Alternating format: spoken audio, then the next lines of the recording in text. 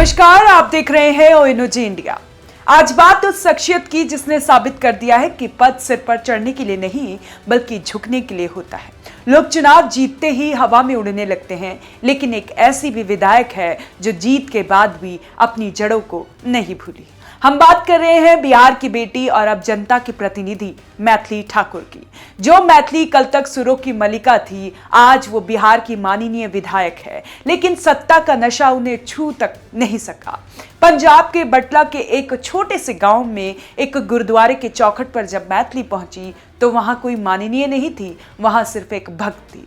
आज विश्लेषण होगा मैथिली ठाकुर की उस सरलता का जो उनके विरोधियों के मुंह पर सबसे बड़ा तमाचा है।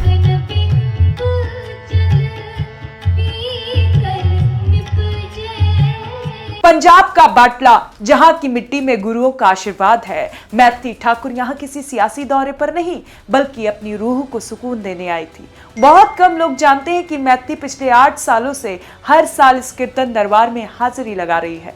आज वो विधायक बन चुकी हैं। प्रोटोकॉल बदल गया है, रुतबा बढ़ गया है, लेकिन आस्था नहीं बदली। विधायक बनने के बाद ये उनकी पहली यात्रा थी। उन्होंने गुरुवाणी गाकर संगत को मंत्रमुग्ध कर दिया। मैथिली की ये खूबी उन्हें सबसे अलग बनाती है। वो पंजाब में पाजी बन जाती हैं, गुजरात में गरबा के रंग में रंगती हैं और राजस्थान में मरुधर की खुशबू बन जाती हैं। वो जिस भाषा को गाती हैं उसी मिट्टी की हो जाती हैं। ये हमारी बीबी है, देखो बीबी ऐसे करना।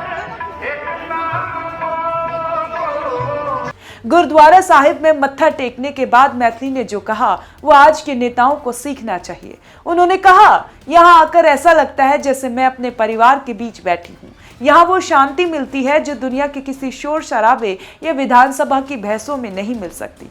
सोचिए, एक विधायक जिसे दिन भर फाइलों और जनता की शिकायतों के बीच रहना होता है, वो पंजाब के एक गाँव में सुकून ढूंढ रही है। ये सादगी है कि सरलता में ही ईश्वर बसते हैं।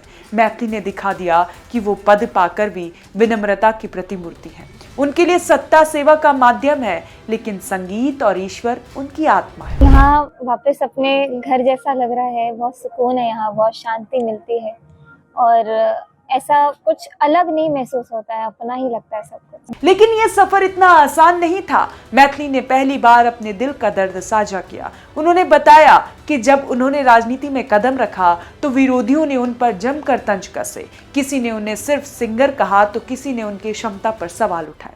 शुरुआत में ये बातें उन्हें बहुत चुभती थी, बहुत बुरा लगता था, लेकिन आज मैथिली बदल चुकी हैं। उन्होंने कहा, अब मैं संभलना सीख गई हूँ। ये उन विरोधियों के लिए करारा जवाब है जो समझते थे कि एक कलाकार राजनीति के मैदान में टिक नहीं पाएगा।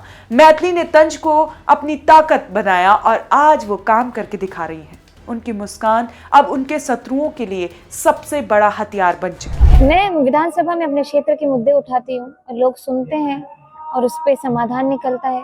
अभी ही मैंने अपने विधानसभा के लिए बहुत सारी मांगे उठाई हैं। मैथिली ठाकुर आज देश भर की उस युवा पीढ़ी का चेहरा है जो अपनी संस्कृति का गौरव भी जानती हैं और आधुनिक राजनीति की बारीकियां भी। उनका विनम्र होना उनकी कमजोरी नहीं बल्कि उनकी सबसे बड़ी शक्ति है। पंजाब के बटला से बिहार की गलियों तक मैथिली ठाकुर एक उम्मीद का नाम बन गई है। जब मैं नई चुनाव लड़ने के लिए गई थी तो मुझे बहुत उकसाया जा रहा था, मुझे बहुत परेशान किया जा रहा था और मुझसे ऐसे सवाल पूछे जा रहे थे जो दिग्गज नेताओं से भी नहीं पूछे जाते। मतलब मुझे जानबूझ के ऐसा मुझे फील हुआ कि सब मुझे टारगेट कर रहे हैं। राजनीति में अक्सर क्षेत्रीय नेताओं पर क्षेत्रवाद का ठप्पा लग जाता है। मैथिली पंजाब में पंजाबी बोलकर, गुजरात में गुजराती और राजस्थान में राजस्थानी गाकर खुद को एक नेशनल यूथ आइकन के रूप में पेश कर रही हैं।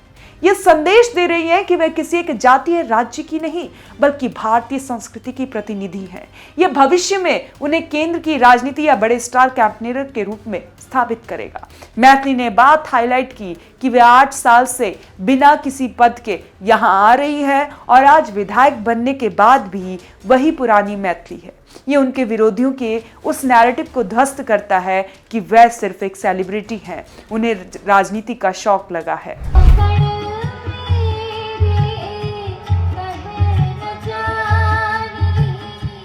वे अपनी विनम्रता को एक राजनीतिक हथियार की तरह इस्तेमाल कर रही हैं ताकि जनता का भावनात्मक जुड़ाव बना रहे। आपको क्या लगता है, क्या हर राजनेता को मैथिली की तरह अपनी जड़ों से जुड़े रहना चाहिए? क्या राजनीति में आने के बाद भी सरलता बनाए रखना संभव है? कमेंट में अपनी राय जरूर दें और मैथिली के ऊपर अगला कौन सा टॉपिक आप देखना चाहते हैं वो भी हमें कमेंट में बताएं और देखते रहें ओएनओजी इंडिया।